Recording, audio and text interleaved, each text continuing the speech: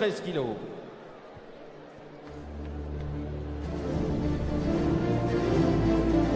دوستان عزیز، مخلصان و هواداران شبکه ورزش و نفرانی که در دل شب رقابت پهلوان تاجیکستانی را منتظر بودید، همکنون این نیروسنجی هم شروع می شود. بعد از چند لحظه محیدین اسداللهیف، چهره‌ای که در سال 2025 به خاطر هنرنمایی شایسته‌اش، به خاطر رقابت‌های بسیار ارزنده‌اش به قطار سگانه چهره‌های بسیار موفق سال 2025 شامل گردید، همچون ورزشکار جوان و دارای استعداد فوق‌العاده. و امروز هم محیدین اسداللهیف پهلوان تاجیکستانی تا به مرحله چهار یک نهایی آمد، اما شکست خورد، ولی توانست که در مرحله تسلی بخش حریفش را ناکام کند و برای به دست آوردن نشان برنجی مبارزه. خب بر مقابل آن همین پهلوان میزبان نیروسنجی میکند پهلوان 20 ساله و این باشد محیدین اسداللهیف، پهلوان تاجیکستانی با جودوگی سفید، نفری که واقعا مرحله به مرحله با سطح خیلی بلند میبراید. اسداللهیف، خب اسداللهیف 19 سال دارد، حریفش باشد 20 سال و این رقابت میتواند که برای اسداللهیف خیلی و خیلی مهم باشد در آغاز سال و راه پهلوانان ما را کنون میتواند که از همین محیدین اسداللهیف کشد. خوب رقابت آغاز میگردد دوستان ارجمند. اسداللهیف سفید پوش است، پهلوان 19 ساله تاجیکستانی. بولمون تفس دایان باشد از فرانسه، میزبان جودوگی کبوت و تنگ کرده است. در وزن تا 73 کیلوگرم رقابت برای به دست آوردن مدال برنجی. خب اسداللهیف بسیار آرامانه هنرنمایی میکند، داشتن اثری آستین و یک پایزنی هم داشت اینجا میزبانی مسابقه، ولی اسداللهیف خود را کنار گرفت و این شکل اکنون اندک مشکل تر می شود و داور هم رقابت را باز داشت. محیدین اسداللهیف دوستان عزیز قهرمان جهانی جوانان است در سال 2025 و دارنده نشان طلای گرند اسلم دوشنبه 2025 است و البته در مسابقات آسیایی هم نتیجه های دیگر را به دست آورد، اما این دو جایزه برای اسداللهیف خیلی مهم هستند. قهرمان آسیا است میان جوانان و نورسان. فشار تا با آخر ادامه کرد اما نتیجه نآورد.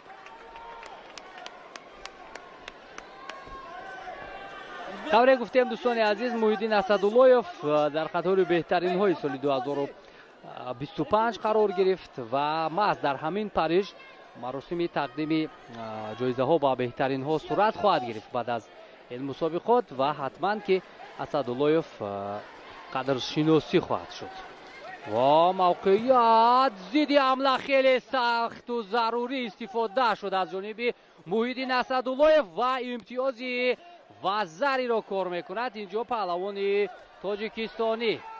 ببینیم همین حالت را بسیار سری وقتی استفاده میکند او و امتیازی درکاری را هم کسب کرد. یک قدم پیش میگذارد پهلوان ما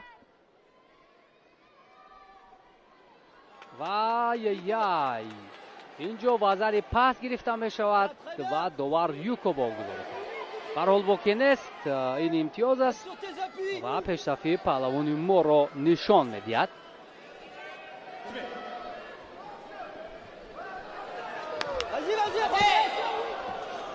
Très bien, encore.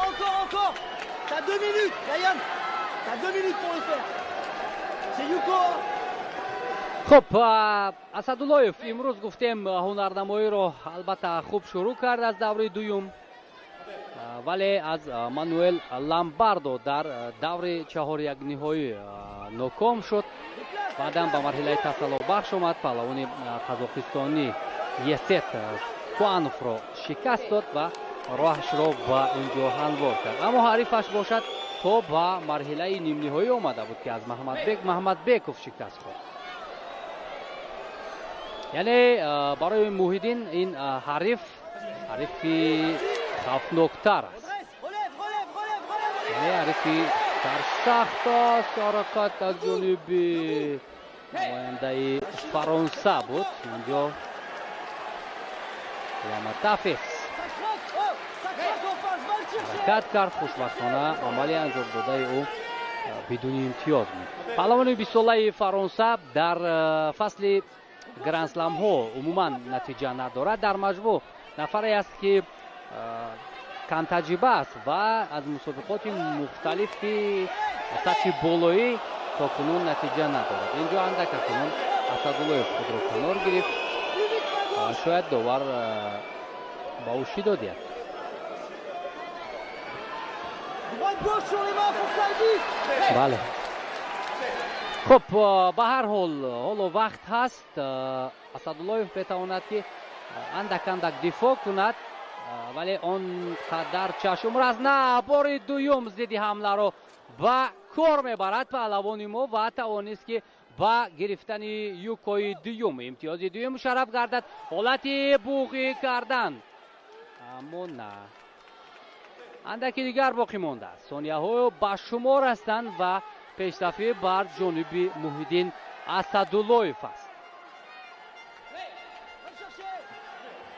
خب دیگر میتوان از حد زیاد نزدیک نشد به حریف اسدالله و با همان کنتر حمله هایی که دارد میتواند که این رقابت را اکنون ادامه دهد اسدالله. لیکن توکل نباید کرد. از حد زیاد به حریف نباید نزدیک شد. اما ضد حمله که استفاده میکند خوب است برای موحدین اسدالله. هر ثانیه پشت سر می شود و هر ثانیه که ما با پیروزی نزدیک می شویم و نخستین نتیجه می تواند در سال 2026 باشد برای جودوکاران تاجیکستانی و اینجا نزدیک بود که پهلوان فرانسه از الوکه امتیاز گرفت. یوکو گرفت و 10 ثانیه دیگر رو می تواند پورا دفاع کند. اسدالله باکی ندارد چون در این 10 ثانیه دو شیدا بوده نمیتواند. 2 ثانیه دیگر 2 ثانیه دیگر دوستان عزیز باقی ماند. 2 ثانیه که واقعا ثانیه های طلایی خواهند بود برای موحدین اسدالله و دوستان عزیز همین طور تمام در گرندسلم پاریس 2026 مسابقاتی که واقعا سطح خیلی بلند دارد در جهان. موحدین اسدالله در آغاز سال 2026 با گرفتن مدال برنجی مشرف گردید که این واقعا نتیجه بسیار مهم است برای پهلوان 19 ساله تاجیکستانی. بهترین بودن خود را اثبات کرد. بهوده البته او را با سگانه بهترین های سال 2025 شامل نکردند و اسدالله همین چیز را هم اثبات کرد. مبارک هم با دوستان عزیز آغاز سال نتیجه نو.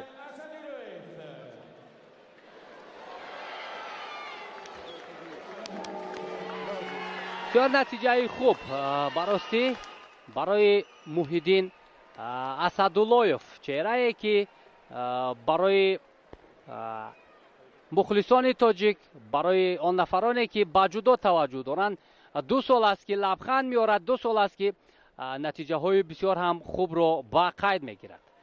این فشار از جانب اسدالله ضد حمله بود. خیلی عالی بود. سر وقتی بسیار احتیاطکارانه و نقطه سنجانه همین حالت را استفاده برد اسدالله و موفق هم گردید. وطندار این مسابقات را در نزد مخلصان البته از صدر خود بیرون کرد پهلوانی ما و نتیجه درکاری برای اسدالله هم با دست آمد. بسیار خوب. 2 حالتی که پورا ضد حمله برد بر مقابل عملکرد حریف استفاده کرد و توانست که موفق شود موحدین اسدالله. بسیار خوب است. این روش را برای هر پهلوان استفاده کرده نمیتواند و این چیز را اسدالله به طور درکاری استفاده کرد. خب دوستان عزیز بار دیگر مبارک باشد پیروزی موحدین اسدالله و ما باشیم بعد از چند لحظه برمیگردیم.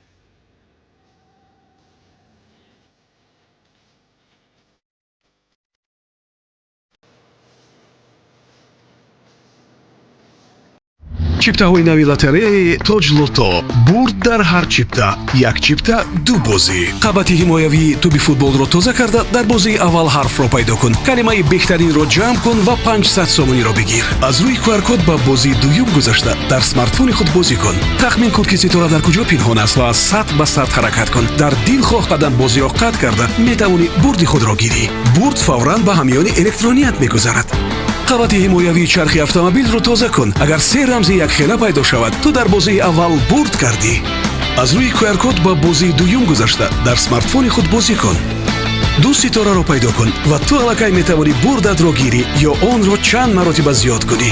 бурд фавран ба ҳамёни электроният мегузарад. ҳамааш оддӣ аст. қабати ҳимоявиро тоза кун, скан кун, бозӣ кун ва бурд ба дастор. тоҷ лото, бахтатро бисанҷ.